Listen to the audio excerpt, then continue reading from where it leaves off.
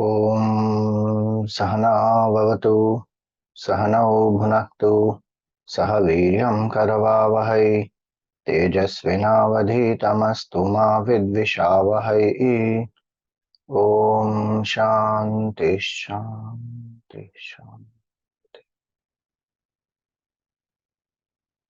ॐ सदाशिवसमारम्भां शङ्कराचार्यमध्यमाम् अस्मदाचार्यपर्यन्तां वन्दे गुरुपरम्पराम्।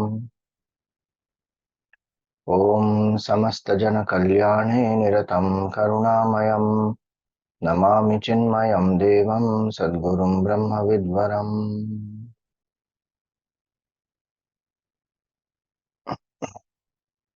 Shivam, salutations to all.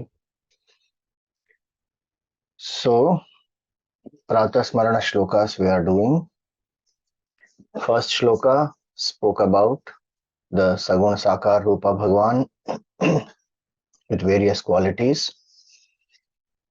Second spoke about the Supreme as the cause of the universe with Mother Girija or Prakriti.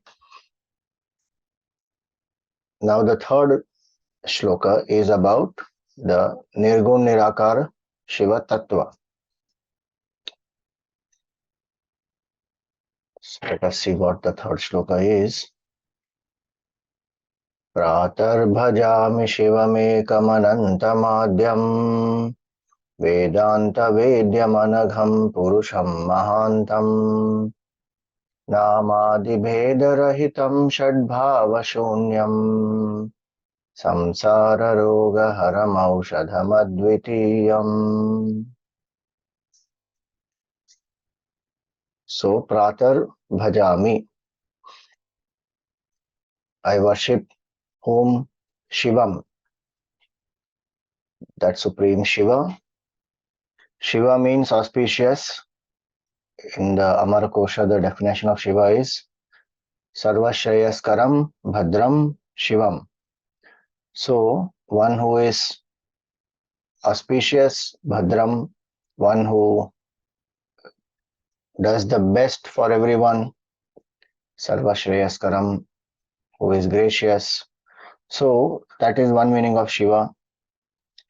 So, in this context, one can say Shiva as Bhagwan also as the form, or Shiva is that state of consciousness because of which everything is auspicious.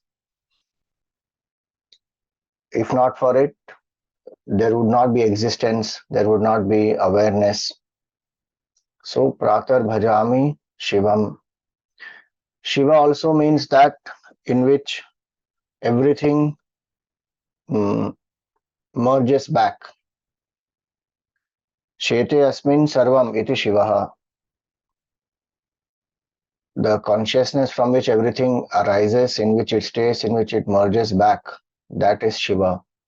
So the same word Shiva can bring the form into our mind and can also bring the Shiva Tattva as consciousness into mind.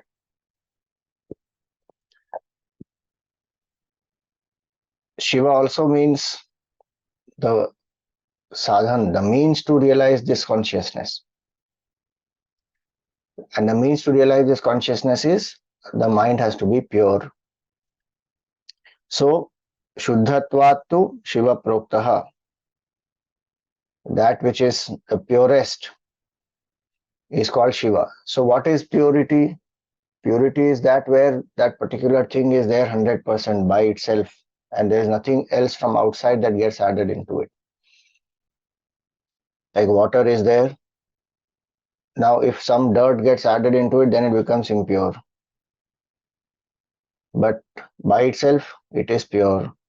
So, consciousness alone is actually Ekam, the word comes next. So, Shiva is that consciousness which alone is one meaning. Other meaning is it is the purest meaning. There is no impurity. There are no Kama, Krodha, Lobha, Moha, Madha, Matsarya, none of these. So, the mind which is purest, Gurudev used to say, purest mind is Brahman. Because purest mind is no mind. Mind always functions only in duality. So there is purity, impurity, there is heat, cold, pleasure, pain.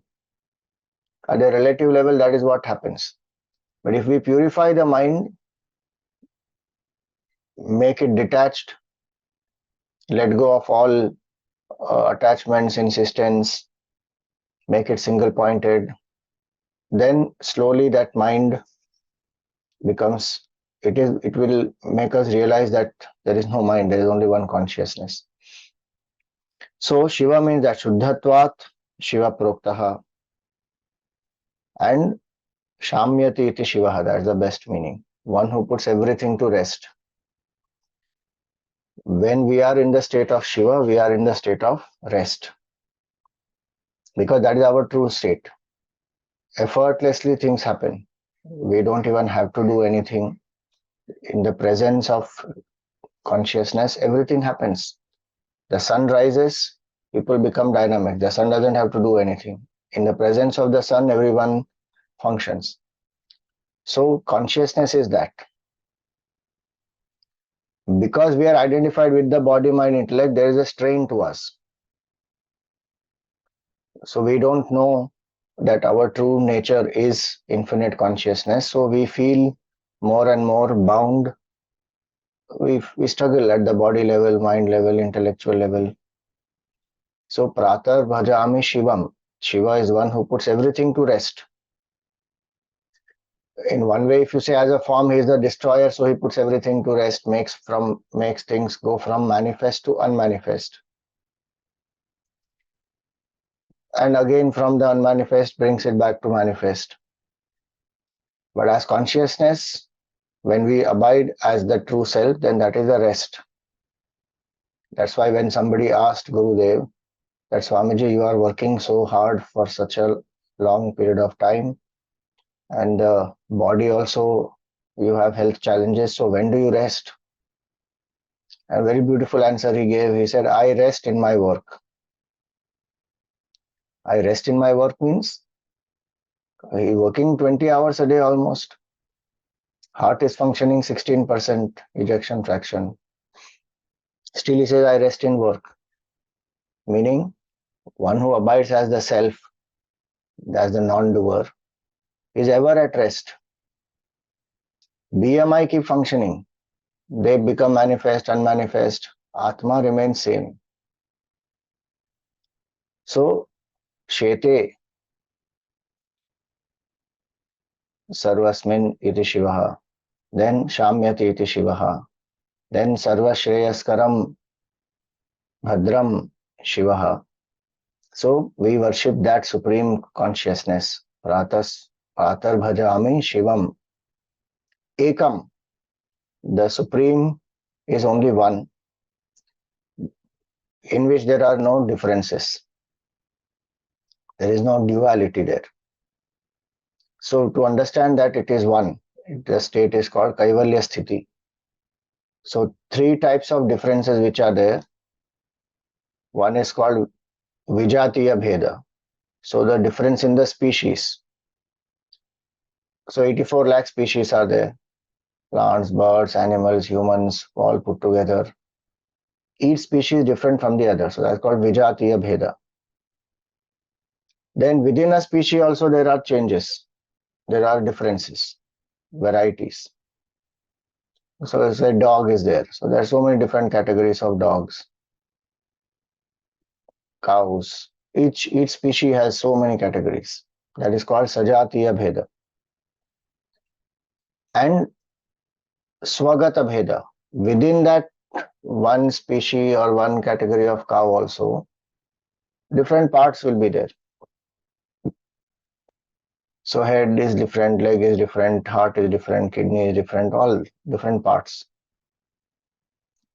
Same way it applies to us. Different species, then in human beings, different types of human beings, and within one human being, so many different parts. Now, the truth is that one where none of these three are there. No Sajatiya Bheda, no Vijatiya Bheda, no Swagata Bheda also. It is the non-dual absolute truth. There is no duality again of the meditator, meditated, meditation, somebody who is consumer of the food, food and the enjoyment of the food, that triputty is also not there. The experiencer, the experienced, and the experience not there.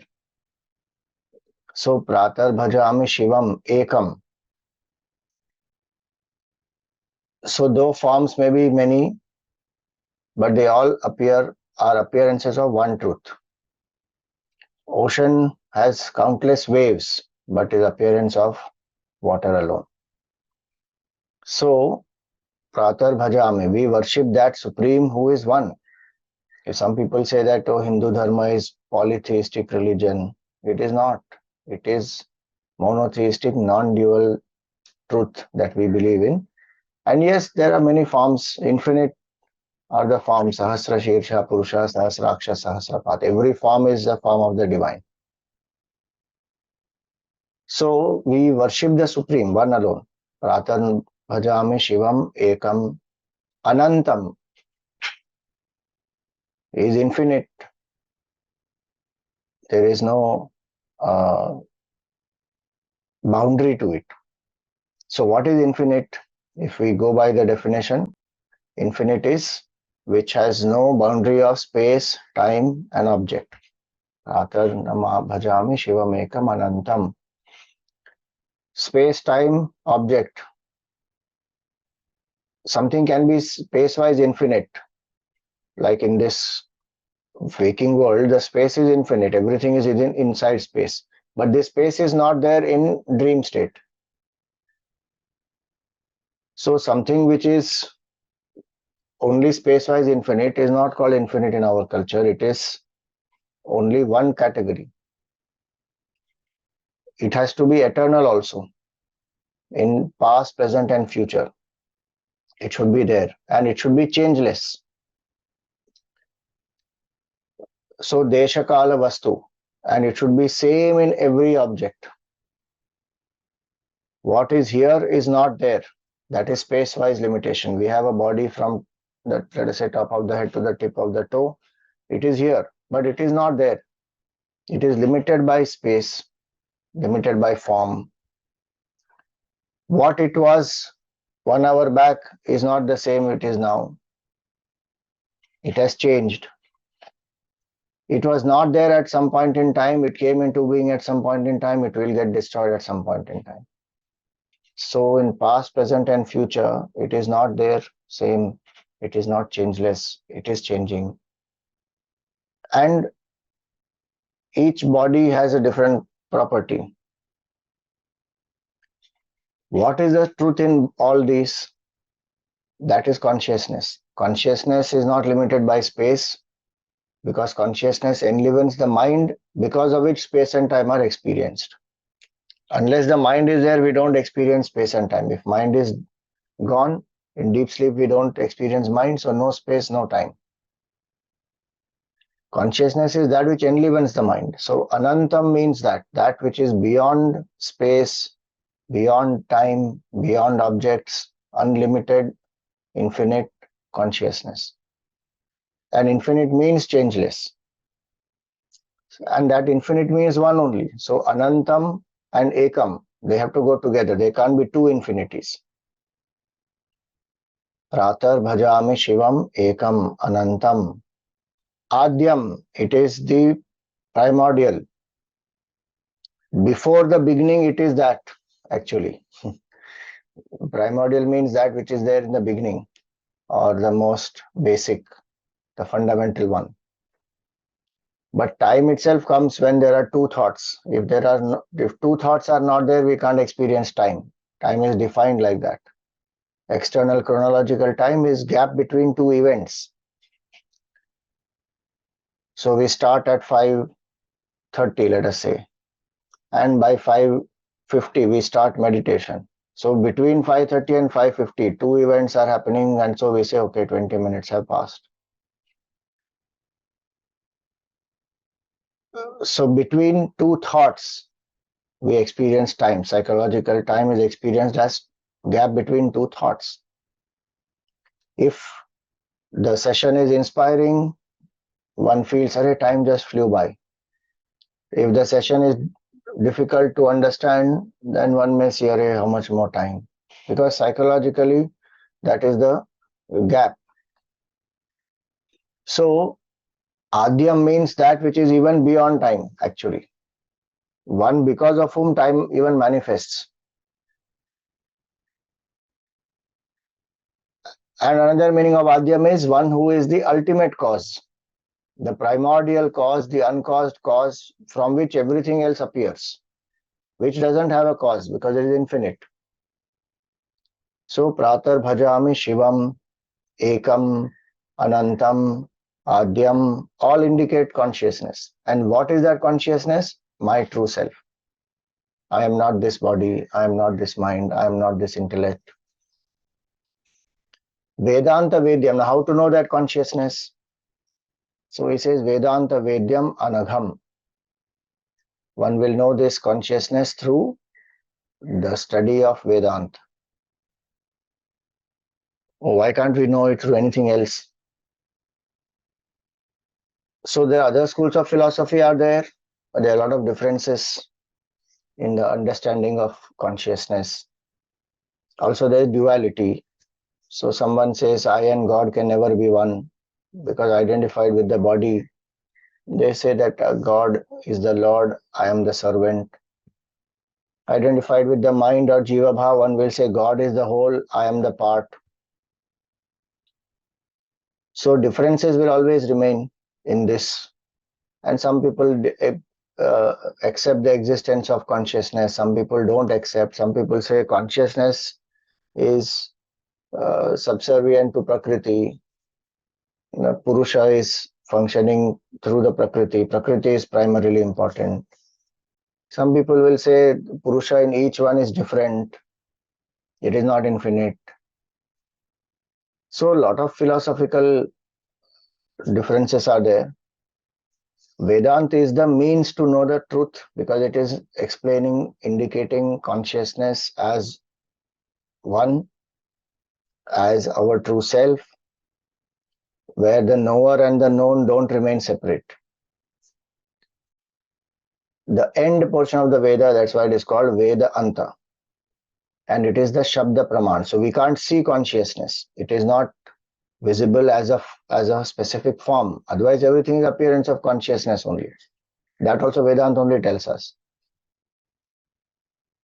So we want to see God. That question is wrong.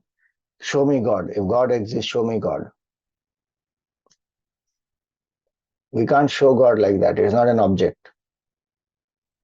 We can't infer about God. We can't compare about God. They are not anything which is finite. One can do all this. That is infinite has to be known as the truth, as the self.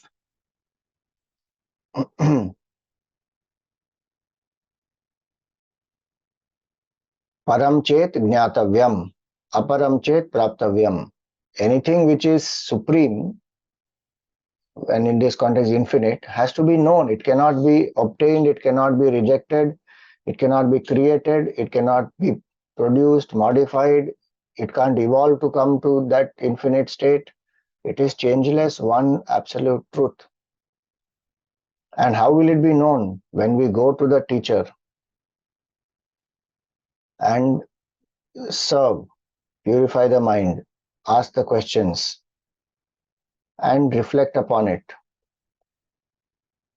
Shravan, Manan, Nididhyasan of the Mahavakya has to happen from the teacher who is well versed in the scripture and who is established in the truth. Shrotriya and Brahmanishtha. From such a teacher, one has to listen to the Mahavakya, the knowledge of the Upanishads, that each Upanishad has at least one Mahavakya. And that statement which indicates essential oneness of the Jiva and Ishvara. That at body, mind, intellect level, we may be different. We may feel I am a Jiva, I have limited power, limited capacity, limited knowledge. But Bhagavan is Sarvagnya, Sarvashaktiman, Sarvavyapi. How can I and God be one? So the wave and ocean is not one. Wave is small, ocean is the cause of the whole wave. So many waves, infinite in power. But water in both of them is same. If you remove the conditioning of wave and ocean, it is water alone. The king and the uh, soldier. Both are human beings. If you remove the title of king and soldier, they both are human beings. So in that way, if we remove the conditioning or the identification with the upadhi, I am this, remove that. The moment this identification goes, Ishvara identification also gone. Why? Because there is no Srishti. In the deep sleep, when we are not having Jiva Bhav, there is no Jagat and there is no Jagadishwar also. Of course, there is ignorance, so we are not aware of the state of illumination there. But otherwise, the truth is that alone is. So, when one understands this, the essential oneness, that statement which reveals that is called Mahavakya. And with a prepared mind, when we listen to the Mahavakya, knowledge arises instantly. If the mind is not fully ready, then yes, one has to reflect, one has to contemplate, and in time one will come to awaken to that. So the means to know the truth is Vedanta Vedyam. If one wants to experience the infinite consciousness as the self, that is the only method. Nanya Pantha Vidyate Ayanaya. There is no other method to realize the truth. The Purusha Suktam says that. So Vedanta Vedyam Anagham, who is sinless. So what is a sin?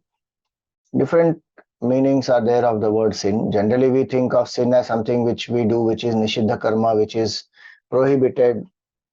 And when we go against Dharma, when we go against Dharma and we do something, then now that is called as sin, Papa Karma. So a negative karma will give rise to a negative result. So Papa will give rise to Dukkha. So if there is some sorrow in life, that is one of the reasons is some Papa karma has been done and that result is Dukkha. One is exhausting it.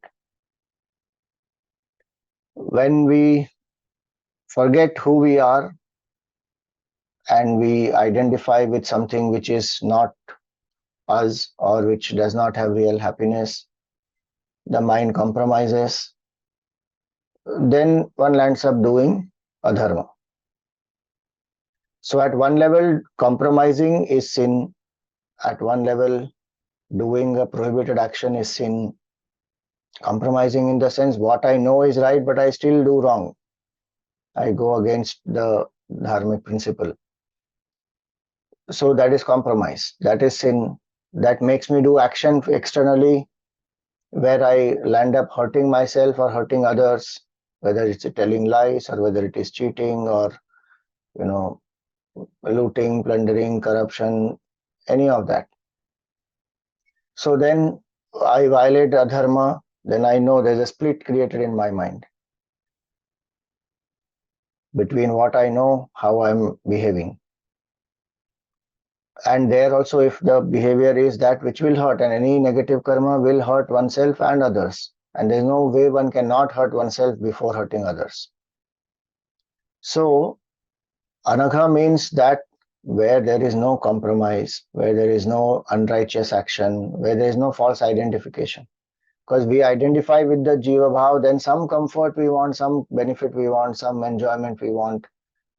And then we compromise with the ideals, with the values, with what is right. One who does not have any of these, one who is the purest state, what was said earlier, Shiva is purest. No such tendencies. Vedanta Vedyam, Anagham. Then Vedanta Vedyam, Anagham, Purusham Mahantam. Purusha is that which is complete. Purnatvat Purusha. It is a state of completeness. It is not a state of finitude or incompleteness. Wherever there is finitude, there is incompleteness. Wherever there is infinity, there is completeness. And that completeness is our true self. We don't know that, so we identify with this which is incomplete and then we feel incomplete. So the solution is not to get more and more things or become something by which I will become complete. That is called Bhavarog, which we saw day before yesterday. The feeling that by getting something I will become complete, by becoming something I will become complete. That is the wrong notion. Nothing wrong in getting something, becoming something, but that is not going to make me complete, because completeness can't be created. It is already existent. It is our true self. So when one understands this, Purnatvat Purushaha, and where is that completeness? Puraushete. It is here. It is in my heart. Vedanta Vedyamanagam Purusham Mahantam. Then he says Namadi Bhedarahitam, the six,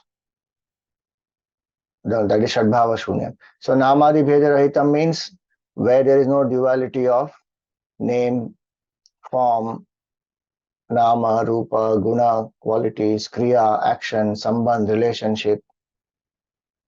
Those dualities are not there. Namadi Bhedarahitam. Shadbhava Shunyam, which is beyond body consciousness. So the six modifications of the body are not there. Namadi Bhedarahitam Shadbhava Shunyam. So birth, so conception, birth, growth, then old age, decay, death. Asti jayate vardhate viparinamate apakshiyate vinashyati. Six modifications. All of them are connected to the body. One who has no body identification, one who is beyond the bodies, that supreme state of consciousness is Shiva. Shadbhava also means Kama, Krodha, Lobha, Moha, Mada, Matsarya, who is beyond the six impurities of the mind also, beyond the six modifications of the body also. Who is also beyond the six, where we say birth and death, hunger and thirst, and old age and disease. None of these are there. Sorry, so happiness and sorrow. So there are different ways in which these six are classified. One who is beyond all these is the consciousness. And what are we worshipping about? Worshipping that for samsara roga haram aushadham. That is the true medicine to remove this disease of samsara. It is Advitiyam, it is infinite one, non-dual truth. So when we say bhajami, one bhav one can have is to say that, oh Lord Shiva, you please bless me with this knowledge of the self, which makes me realize the consciousness as all this. Bhaja also means to know. So one meaning of bhaja is worship. So we are worshipping Shiva so that Shiva may bless me with all this and samsara roga can be removed and I experience non-dual bliss. Or what does it mean? That, oh Lord, so the second meaning is no. Bhajami means no. So I contemplate on that consciousness and I know that as myself. So I am not the body. So I am Shiva, meaning I am auspicious, not as the BMI, as the truth. I am Ekam, one. I am Anantam, infinite. I am that which is beyond all causes. I am known through the knowledge of Vedant. I am the sinless one. So all those conditionings which we have, that I am a sinner, I am such and such, I have such and such body weight, or I am such and such, human being, or a man, or a woman, all those. I am happy, I am sad, I am angry, I am disturbed. All those identifications one drops. And one says, I am infinite, I am unborn, all the pointers which are given there. I don't have any modifications. I am beyond all dualities. Mahantam, I am the infinite supreme. So, non-dual contemplation happens in that way. Any thought that arises about finitude, one rejects. One comes back to these pointers. When the mind has done some japa and it becomes quiet, In that quiet mind, we contemplate. One may not like to contemplate at that time. One may feel that, oh, this is such a pure, beautiful state. I just want to be in this quiet moments. That is one's own choice. One can experience that and stop with that. And at some point in time, when one feels that, yes, now I want to go beyond this peace of mind, I want to experience the peace of self, the state of consciousness as my true nature, then one says, okay, let me do this, where I will contemplate on the non-dual self. Anything we do in a quiet mind, whatever you send in through that in the quiet mind, it will go deep, transform our attitudes, transform our belief systems. And this is the most powerful one, which will destroy all the false identifications. Make a person come to realize the infinity. So rejection of the false assertion of the truth, detached from the unreal, attached with the real. That is nididhyasan.